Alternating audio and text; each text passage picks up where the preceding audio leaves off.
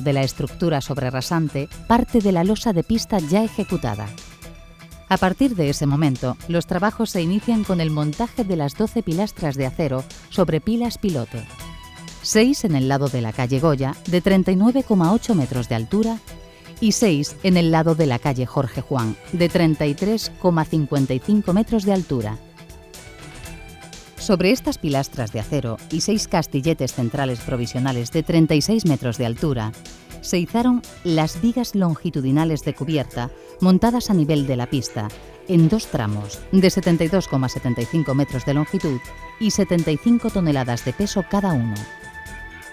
El izado se realizó mediante 2 grúas móviles de 500 toneladas cada una de capacidad de carga, ubicadas en la losa de pista.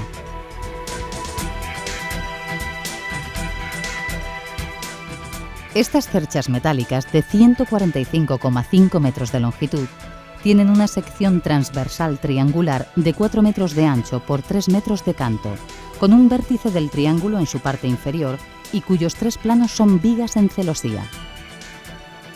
Su directriz es circular, de 230 metros de radio, y la distancia entre apoyos son 120 metros, empotrándose en las pilastras de la calle Jorge Juan y conectándose elásticamente con las de la calle Goya. Están unidas entre sí transversalmente por medio de unas vigas de atado en celosía planas verticales, que no llevan ningún sistema de correas entre ellas, apoyando la chapa de cubierta directamente en los cordones superiores de las vigas. La ventaja de la sección triangular de la cercha es que es muy autoestable, dado que los cordones a compresión están sujetos a pandeo por los cordones a tracción. De esta forma, apenas son necesarios los arriostramientos. Posteriormente se hormigonaron las pilastras. Las 6 del lado de la calle Jorge Juan, todas iguales entre sí, con hormigón armado HA30, salvo el último tramo de apoyo del dintel de cubierta, que debido a la cuantía de ferralla necesaria y a la dificultad de su puesta en obra, se ejecutó con hormigón autocompactable. Para poder ejecutar las 6 pilastras sobre la calle Goya, hubo que construir una cimbra de más de 25 metros de altura, apoyada en la cubierta de un aparcamiento subterráneo. Por su geometría y el voladizo que desarrollan, se hicieron postesadas con 2 tramos de tesado. El hormigón utilizado en ellas fue también HA30. Estas pilastras son distintas 2 a 2. Según se iban hormigonando las pilastras, se comenzaba la ejecución de los forjados de las distintas plantas del palacio, así como el montaje de las gradas prefabricadas de hormigón. A la vez que se ascendía en la construcción del cuerpo principal, se iban ejecutando los 4 módulos de las esquinas. Estos son estructuras reticulares mixtas, compuestas por vigas y pilares metálicos y losas de hormigón armado de 15 centímetros de espesor, unidas a la estructura metálica mediante pernos conectadores. A medida que el hormigonado de las pilastras iba ascendiendo, fue necesario eliminar elementos secundarios de arriostramiento, con objeto de poder disponer las vainas de postesado de las pilastras de la calle Goya, presentándose situaciones de construcción más delicadas a nivel de cálculo que las definitivas. Finalizadas las pilastras, serían capaces de soportar la totalidad de la cubierta y los distintos niveles de forjados y graderíos prefabricados, no tomándose en consideración la sección metálica interior a efectos de cálculo en la situación final de carga. Los 2 cierres laterales, denominados tímpanos, se resuelven con 2 grandes vigas metálicas planas biarticuladas de 10,8 metros de canto, 74,5 metros de luz y más de 130 toneladas de peso.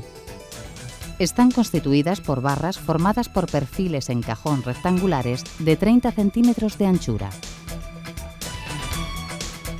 Fueron montadas sobre la pista en sus lados respectivos, siendo posteriormente izadas a su posición definitiva mediante 2 grúas móviles, quedando apoyadas sobre unas rótulas esféricas embebidas en unos cajetines metálicos, hormigonados en la cabeza de los pilares. Las grúas debían mantener el tímpano en suspensión para evitar su caída lateral, pues al estar el apoyo en la parte inferior, no quedaba garantizado su equilibrio hasta conectarlo superiormente a las cerchas de cubierta por medio de vigas metálicas transversales planas. De cada viga tímpano cuelgan 1000 metros cuadrados de palcos en 3 niveles, constituidos por estructura mixta con losa de hormigón armado de 15 centímetros de espesor.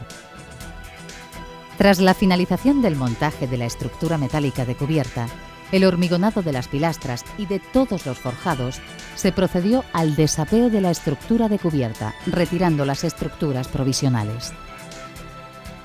Las losas superiores presentan una gran cuantía de armado, porque además de tener que soportar las cargas verticales, tienen que igualar los desplazamientos relativos entre las 6 grandes pilastras de cada lado. Las 2 estructuras de gradas preexistentes, supervivientes del incendio, se integraron en la nueva construcción, pero planteándose de manera casi independiente, con el fin de evitar la transmisión de esfuerzos a aquellas. En esas zonas se realizaron nuevos forjados, se eliminaron escaleras y se construyeron nuevos accesos.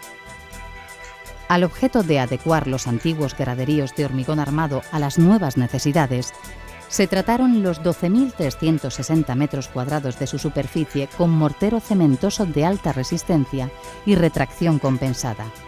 Se realizó también una nueva cubierta de los graderíos antiguos, apoyada directamente en las grandes costillas existentes y uniéndola a los mismos mediante correas con rótula en los apoyos. Pese a no estar totalmente acabada la ejecución de las diferentes plantas, se simultanearon los trabajos con la instalación bajo la cubierta de la maquinaria de aire acondicionado, las góndolas acústicas, las pasarelas de servicio, el ignifugado de la estructura metálica, etc. A la vez se realizaban las labores de acabado en los sótanos, el cerramiento exterior de la cubierta principal, las fachadas tradicionales y los muros cortina. Existen 3 tipos fundamentales de cubierta en el palacio. La principal, que cubre la sala polideportiva, los bloques de las gradas preexistentes y la conexión de estos con el cuerpo central del palacio, es una cubierta continua de bandejas de aluminio que garantizan la estanquidad del cubrimiento en esta parte. Para el resto de zonas se instalaron 2 modalidades de cubierta plana dependiendo del uso. En cuanto a las fachadas, también hay 3 clases de las mismas en el edificio. Por un lado, una terminación transparente en los 4 frentes mediante distintos tipos de muro cortina. Por otro, un cerramiento en las zonas más opacas con un revestimiento de chapa de cobre de acabado tipo tecu pátina verde. Y por último, para las torres de comunicación vertical del palacio, se optó por un acabado también en cobre, pero con terminación tecu-zinc, de forma que existiera un claro contraste entre los 4 módulos, claramente separados entre sí, y los planos de fachada del edificio. Por su singularidad hay que señalar el muro cortina de la calle Goya, extraplomado, formado por cristales de 2 por 2,5 metros de casi 400 kilos de peso que apoyan en grampones, en unos casos desde celosías metálicas y en otros colgados de cables verticales. El tesado de los cables tuvo que ser extremadamente cuidadoso para satisfacer tanto la necesidad estética de que estuvieran situados en un único plano, como el mantenimiento de la horizontalidad de las juntas de los vidrios. Inaugurado oficialmente el 16 de febrero de 2005, este nuevo Palacio de Deportes de la Comunidad de Madrid es un edificio multifuncional y versátil, basado en las últimas tendencias arquitectónicas y en el que se han empleado las tecnologías más avanzadas en edificación, convirtiéndose así en el lugar perfecto para celebrar todo tipo de eventos deportivos y culturales, tanto de índole nacional como internacional.